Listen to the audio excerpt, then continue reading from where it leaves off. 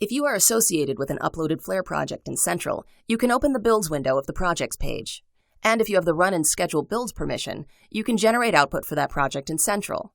You have the option to build targets manually, or you can schedule targets to be generated automatically. Whichever method you choose, you first need to navigate to the target on the left side of the page and select it. If you want to generate the target right away, click this button.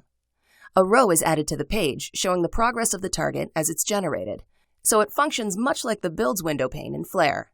If the target generates successfully, the color of the progress column changes from light to dark green. There are additional buttons and options on this page that you might use. Those in the left pane are related to the target that is selected. This button lets you view the latest build, and you can click here to see a menu with more target options. The options just above the grid are related to the builds. You can click this button to control which columns are shown in the build grid. If you want to use any of the other buttons, you must first select one or more builds in the grid by clicking the checkboxes. You can hover over any of the buttons for tooltips to see what each button does. You might be wondering why there are two buttons for deleting. This button will delete any builds that you've selected in the grid, but if you want to delete builds for other targets, even though those targets are not selected, you can use this button at the top of the interface.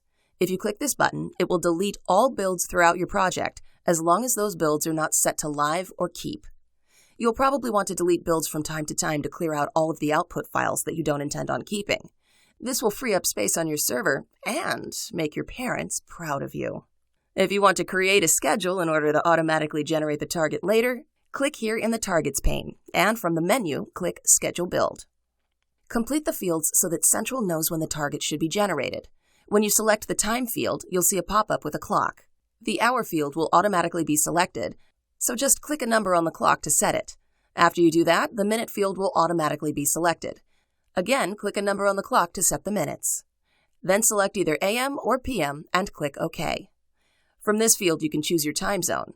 Then just select the days of the week when you want the target to build. You can select this checkbox if you want the target to be generated, even if there have not been any changes to the source files since the previous build. By default, this option will be disabled so that you are not producing identical builds that will take up space on the server.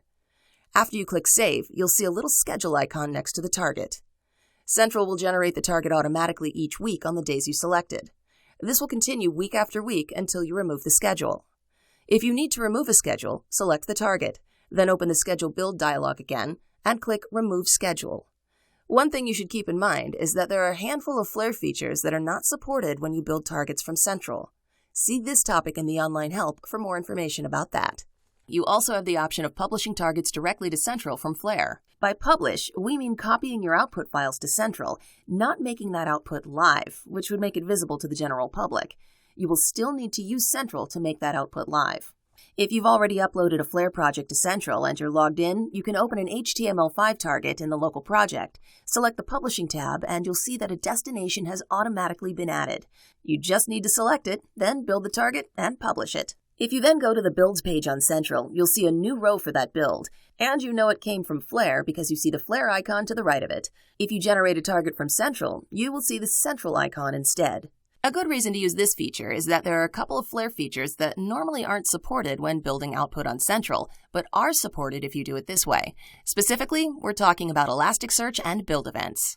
Finally, notice that there is a unique number next to each build in the grid. These IDs are automatically created each time you generate a build. You can click on a build ID to open a dialog, which gives you all kinds of information about that build. You can also use options in this dialog to perform many of the same actions that are available from buttons in the toolbar.